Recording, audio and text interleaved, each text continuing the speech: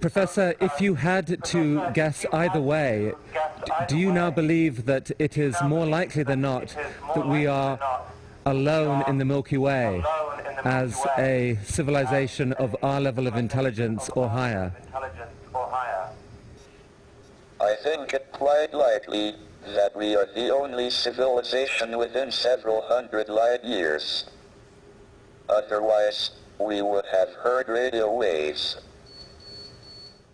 When you first say water to people, they think, oh, it's just, the stuff I drink every day and I bathe in it. I mean, what could be so special?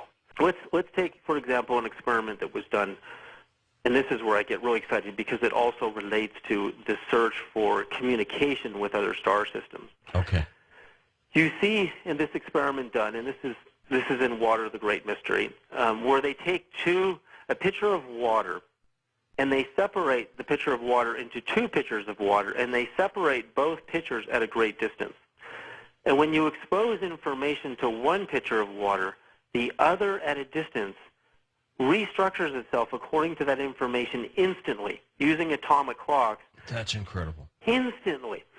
And what amazes me about that is over and over and over again, no matter how far you go back, and going back, actually, there's a Russian scientist named Alexander Zhijevsky, whom in the 1930s noticed that bacteria in water would constantly become agitated during the exact moment of solar flares. And he noticed this over and over and over again. Whenever there was a solar flare, the activation of the bacteria going crazy happened before the solar radiation hit the Earth. In fact, it takes 8.3 minutes for sun solar radiation to travel from the sun's 93 million miles from Earth to get here. Right. So the bacteria knew it instantly. Why? Why did the bacteria in the water know? Well, the interesting thing is our sun is 93% hydrogen, and there's oxygen in the sun. And that means that these two bodies of water at a distance are actually talking to each other instantaneously.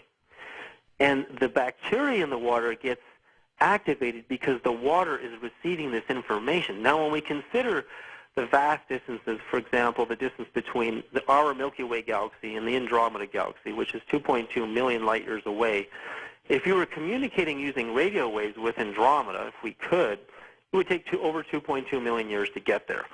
But yet, the hydrogen in the stars in the Andromeda galaxy and the hydrogen in our stars and the spiraling arms of the Milky Way galaxy and the water in our own bodies can communicate instantaneously over these. See, you're onto something, David. You see, there's something going on here. Something about these people who actually know the truth.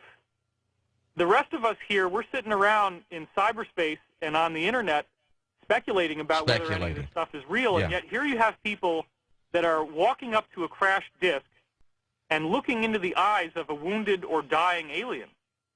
I mean, you can't even imagine what that's actually like if you're actually there. There's no more doubt in your mind at that point that we're not alone in the cosmos. And in the course of Sergeant Clifford Stone's work, he was given briefing documents which gave very precise descriptions of all 57 varieties of ET, so that if he came up to a crashed extraterrestrial wreckage, that he would know who he was dealing with when he got there and what kind of characteristics they had. When I got out in 1989, we had cataloged 57 different species. You have individuals that look very much like you and myself that could walk among us and you wouldn't even notice the difference, except for some of the things that they might be able to go ahead, even in a dark room, and touch an object and go ahead and identify what color that object might be. They would have a heightened sense of smell, sight, hearing.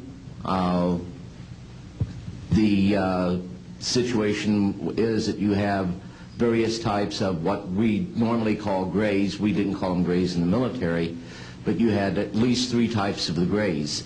You had some that were much taller than we were. The unique thing that I'd like to point out for the most part is that the entities that we did catalog were in fact humanoid, and that creates a question that yet has to be answered by science. It seems that this particular galaxy has designed human beings exclusively to evolve within it. And to get back to your original question, yes, most of these people have essentially a very similar set of beliefs, because apparently as you progress farther along in human evolution, the nature of the universe is no longer veiled.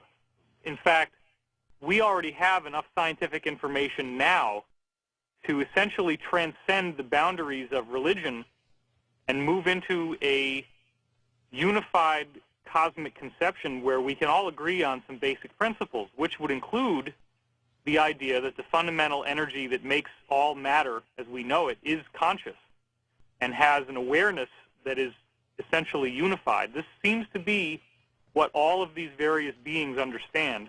Now, what does it mean if scientists can prove that this little element that is virtually existent everywhere in the universe can communicate with different bodies of distant hydrogen instantaneously, and that it has consciousness, and that the consciousness of water is kind of like Professor Rustum Roy at Penn State calls an alphabet. You can give it new words and new sentences, and therefore it structures itself differently according to the information you give it. And now when you kind of add all the pieces together and you realize that no super-intelligent civilization would be broadcasting anything in the radio spectrum because it travels at the speed of light and it's much too slow, and you're starting to see this evidence of action at a distance through hydrogen aqueous systems like the sun and bodies of water and telepathy, the evidence is overwhelming. So we see that, this example that Masaru Emoto really started, the idea of cryogenically flash freezing water after it's been exposed to emotion, music, thoughts, and different intentions. And we see, for all the people who know Masaru Emoto, he's pretty much a legend now. You see that this idea that cryogenically, instantaneously freezing water, we're freezing the structure of the information inside of water, and it gives us different architectures. And when we look at those architectures, in a way, they're kind of like a language. When you see flash-frozen water crystals exposed to Beethoven, you see this beautiful symmetry. If you say the words, "I hate you," to the water, you see this chaos. If you say Hitler, you see this crazy mess.